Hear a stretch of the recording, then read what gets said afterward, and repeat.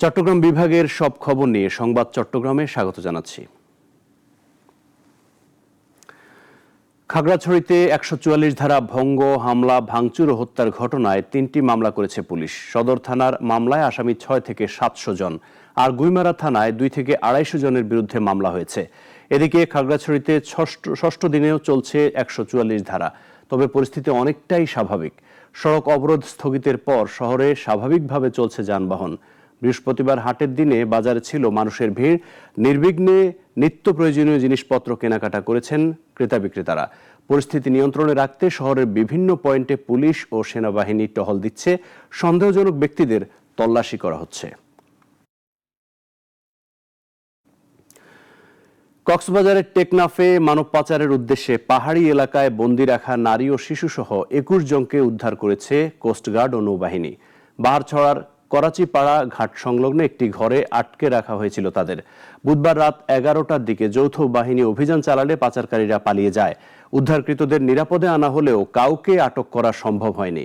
Coast guard জানায়, মানব পাচার রোধে অভিযান ও গোয়েন্দা নজরদারি অব্যাহত থাকবে। চট্টগ্রাম বিশ্ববিদ্যালয়ে দীর্ঘ ৩৫ বছর পর অনুষ্ঠিত হতে যাচ্ছে কেন্দ্রীয় ছাত্র সংসদ ও হল সংসদ নির্বাচন। চকসু নির্বাচনকে ঘিরে উত্তপ্ত ক্যাম্পাস, তবে পূজার ছুটিতে ক্যাম্পাস অনেকটাই ফাঁকা। এতে ভোটের প্রচার কিছুটা বাধাগ্রস্ত হলেও থেমে নেই প্রার্থীরা। মোহাম্মদ জালালের ক্যামেরায় একে আজাদের রিপোর্টে বিস্তারিত। ১৯৯০ সালের ৮ ফেব্রুয়ারি শেষবার চাকসু নির্বাচন হয়েছিল। এরপর দীর্ঘ সময় ধরে এই নির্বাচন বন্ধ ছিল। তবে এবার প্রশাসনের উদ্যোগে ১৫ অক্টোবর অনুষ্ঠিত হবে ৭ম চাকসু নির্বাচন। ফলে নতুন নেতৃত্ব তৈরির স্বপ্ন দেখছে অনেকেই। এদিকে দুর্গোৎসবের কারণে ক্যাম্পাস ফাঁকা হলেও থেমে নেই প্রার্থীরা। সামাজিক যোগাযোগ মাধ্যম, শাটল ট্রেন এবং আবাসিক হল ও কটেজগুলোতে প্রচারণা অব্যাহত রেখেছেন প্রার্থীরা। ক্যাম্পাস দীর্ঘ ছুটিতে আছে প্রায় ১০ দিন। এখানে আমরা যদি পার্সেন্টেজ বলি তাহলে 70% ভাই বোনেরা তারা এখন বাড়িতে অবস্থান করতেছে অথবা কোথাও ঘুরতে বেরিয়েছে। তারপরে আমরা চেষ্টা করতেছি আমাদের হলগুলো, এরপরে কটেজ, এরপরে আমরা স্টেশন এবং বিশেষ করে এই সময়টা আমরা একটু অনলাইনকে কাজে লাগিয়ে, সোশ্যাল মিডিয়াকে কাজে লাগিয়ে আমাদের প্রচারণাকে চালিয়ে নেওয়ার চেষ্টা করতেছি। সবার মধ্যে আশানুরূপ সাড়া পাচ্ছি, উৎসবের আমেজ বিরাজ করছে। আমরা আশা করি সকলে ভোট দিতে আসবে এবং তাদের অধিকারের যে অধিকার সেটা তারা বাস্তবায়ন করবে। প্রার্থীদের কুশল বিনিময়, সামাজিক যোগাযোগ মাধ্যমে ভিডিও পোস্ট সহ অভিনব নির্বাচনী বার্তা উপভোগ্য হয়ে উঠেছে শিক্ষার্থীদের মাঝে। শিক্ষার্থীরাও তুলে ধরছেন তাদের মতামত। এখানে এত সমস্যা, এই সকল সমস্যার জন্য একটি প্রয়োজনীয় পদক্ষেপ হলো চাকসু। আমরা অনেক বেশি এক্সাইটেড। আমরা কাদেরকে ভোট দিব, প্রায় ৪০ জন হচ্ছে আমরা ভোট দিতে যাচ্ছি। তো ৪০ জন আসলে কারা হবে? যারা প্রতিনিধিত্ব যারা করবে আমাদেরকে, তারা আমাদের সমস্যাগুলোকে নিজেদের সমস্যা মনে করবে এবং সেগুলো সমাধান করার চেষ্টা করবে। চাকসু নির্বাচন হচ্ছে এটা আমাদের জন্য অনেক লাকি। আমরা চাই যে ওরা যারা দাঁড়াইছে তারা আমাদের জন্য ভালো কিছু করুক। যেই আসুক স্টুডেন্টদের কথা, স্টুডেন্টদের দাবি দেওয়া মানবে, এরকম কেউ আসুক, এটাই প্রত্যাশা করি। ৩৫ বছর পর অনুষ্ঠিত হতে যাচ্ছে এই ঐতিহাসিক নির্বাচন। আশা করা হচ্ছে একটি নতুন নেতৃত্ব উদ্দীপনা নিয়ে ক্যাম্পাসে ফিরবে। একে আজাদ, নাগরিক, চট্টগ্রাম। কক্সবাজারের উখিয়ায় শারদীয় দুর্গোৎসবে নিরাপত্তার পাশাপাশি বিনামূল্যে চিকিৎসা সেবা দিয়েছে র্যাব ১৫। বুধবার রাতে দারোগা মন্দির পরিদর্শন শেষে অসুস্থ হয়ে পড়া শতাধিক মানুষের মাঝে প্রাথমিক চিকিৎসা ও ওষুধ বিতরণ করে হোয়াইক্যাং সিপিসি ২ ক্যাম্পের একটি টিম। ধর্মাবলম্বীরা র্যাবের এই মানবিক কার্যক্রমের প্রশংসা করেন। কোম্পানি কমান্ডার অতিরিক্ত পুলিশ সুপার আবুল কালাম আজাদ জানান, দুর্গোৎসবে প্রবীণদের তাৎক্ষণিক সেবা নিশ্চিত করতেই এই উদ্যোগ। পাশাপাশি উৎসব নির্বিঘ্নে সম্পন্ন করতে কঠোর নজরদারি অব্যাহত রয়েছে র্যাবের।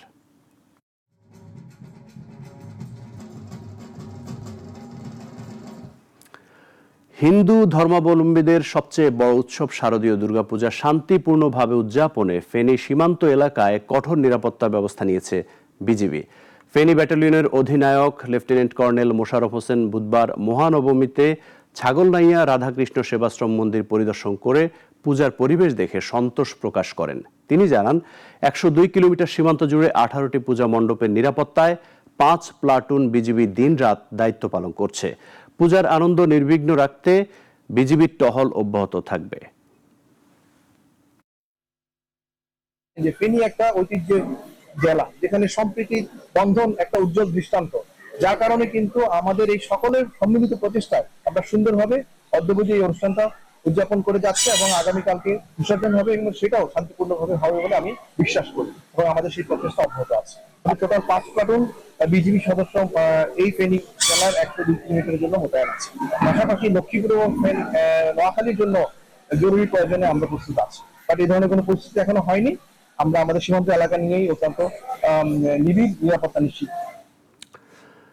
এক দেশের সরকার প্রধানকে আরেক দেশে অসুর রূপে উপস্থাপন করা অশোভন ও অসম্মানজনক বলে মন্তব্য করেছেন ধর্ম বিষয়ক উপদেষ্টা ডক্টর আ.ফ.ম. খালিদ হোসেন। বুধবার ব্রাহ্মণবাড়িয়ায় মাদ্রাসা শিক্ষার্থীদের ভূমিকা শীর্ষক সেমিনারে সাংবাদিকদের প্রশ্নের জবাবে তিনি একথা বলেন। ভারতীয় দুর্গাপূজায় বাংলাদেশি সরকার প্রধানের প্রতিকৃতি দিয়ে অসুরের মূর্তি নির্মাণের ঘটনায় নিন্দা জানিয়ে তিনি বলেন, রাজনৈতিক ভিন্নতা থাকতে পারে, তবে বিকৃত উপস্থাপন দুঃখজনক। তিনি জানান, সরকার প্রধান ও পররাষ্ট্র উপদেষ্টা দেশে ফিরলে এ বিষয়ে সিদ্ধান্ত নেবেন। কারণ একটা দেশের সরকার প্রধানকে আরেকটা দেশে অসুর বানিয়ে উপস্থাপন করাটা এটা খুব অশোভন, অসম্মানজনক। আমরা এটাকে নিন্দা জানাই। আমরা মানুষের প্রতি সম্মান দেখাতে চাই। পলিটিক্যাল ডিফারেন্স মানুষের ভিতরে থাকতে পারে, তর্ক বিতর্ক থাকতে পারে, কিন্তু একটা দেশের সরকার প্রধানকে বিকৃত করে অসুর বানিয়ে উপস্থাপন করা, অসুর তো ডেভিল, অসুর তো শয়তান। কক্সবাজারের চকরিয়ায় লামা আলীকদম সড়কে গাছ ফেলে ডাকাতির ঘটনায় জড়িত 4 জনকে আগ্নেয়াস্ত্রসহ গ্রেপ্তার করেছে পুলিশ। ফাঁসিয়াখালী ইউনিয়নের হাঁসের দিঘি ও উচিতার বিল পাহাড়ি এলাকায় বিশেষ অভিযানে তাদের আটক করা হয়। এ সময় একটি দেশীয় এলজি, পাইপগান, তাজা কার্তুজ ও ধারালো অস্ত্র উদ্ধার করে পুলিশ। চকরিয়া থানার ওসি জানান, গ্রেফতারকৃতরা আন্তঃজেলা ডাকাত দলের সক্রিয় সদস্য। উল্লেখ্য, গত 28 সেপ্টেম্বর রাতে এই ডাকাতরা যাত্রীবাহী বাসে হামলা ও ভাঙচুর চালিয়ে জঙ্গলে পালিয়ে যায়। এ ঘটনায় থানায় মামলা হয়েছে।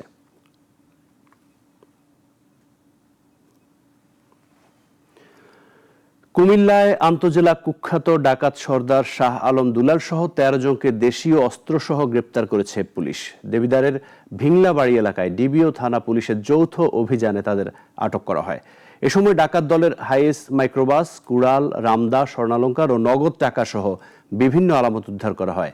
পুলিশ জানায়, গ্রেপ্তারকৃতরা কুমিল্লা, ব্রাহ্মণবাড়িয়া ও চাঁদপুরে একাধিক ডাকাতির সঙ্গে জড়িত থাকার কথা স্বীকার করেছে। দুলালের বিরুদ্ধে রয়েছে 26টি এবং তার সহযোগী মনিরের নামে 21টি মামলা। পুলিশ সুপার নাজির আহমেদ জানান, জেলার আইন শৃঙ্খলা রক্ষায় এই অভিযান চলমান থাকবে।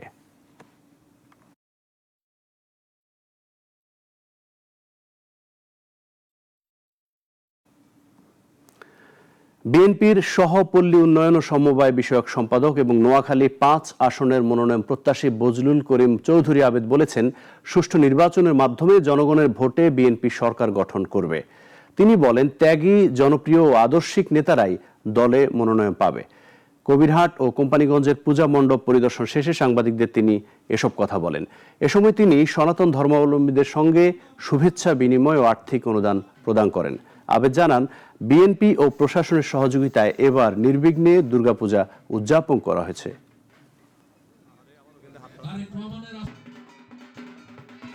আমাদের নমিনেশন বোর্ডের চেয়ারম্যান খালেদা জিয়া, আমাদের অ্যাক্টিং চেয়ারম্যান তারেক রহমান সাহেব এবং নমিনেশন বোর্ডে আমাদের স্ট্যান্ডিং কমিটির সদস্যরা, তাদের নেতৃত্বে আমাদের নমিনেশন বোর্ড গঠিত হবে। বিগত সময়ে যারা আন্দোলন সংগ্রামে মাঠে ছিলেন, ত্যাগ তিতিক্ষা করেছেন, যারা পরিচ্ছন্ন, এই মানুষের কাছে জনপ্রিয় এবং আদর্শিক অবস্থানে আছেন, তাদেরকেই এই দল নমিনেশন দিবেন। চট্টগ্রামের সন্ত্রাসী ফাল্গুনী হিজড়ার শাস্তির দাবিতে সংবাদ সম্মেলন অনুষ্ঠিত হয়েছে।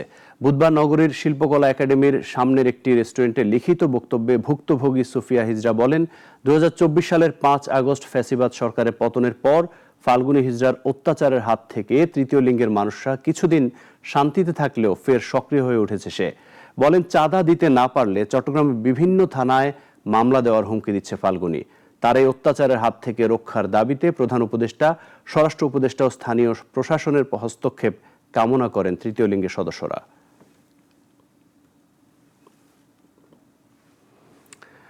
এখন এ পর্যন্তই। নাগরিকের সঙ্গে থাকার জন্য ধন্যবাদ সবাইকে।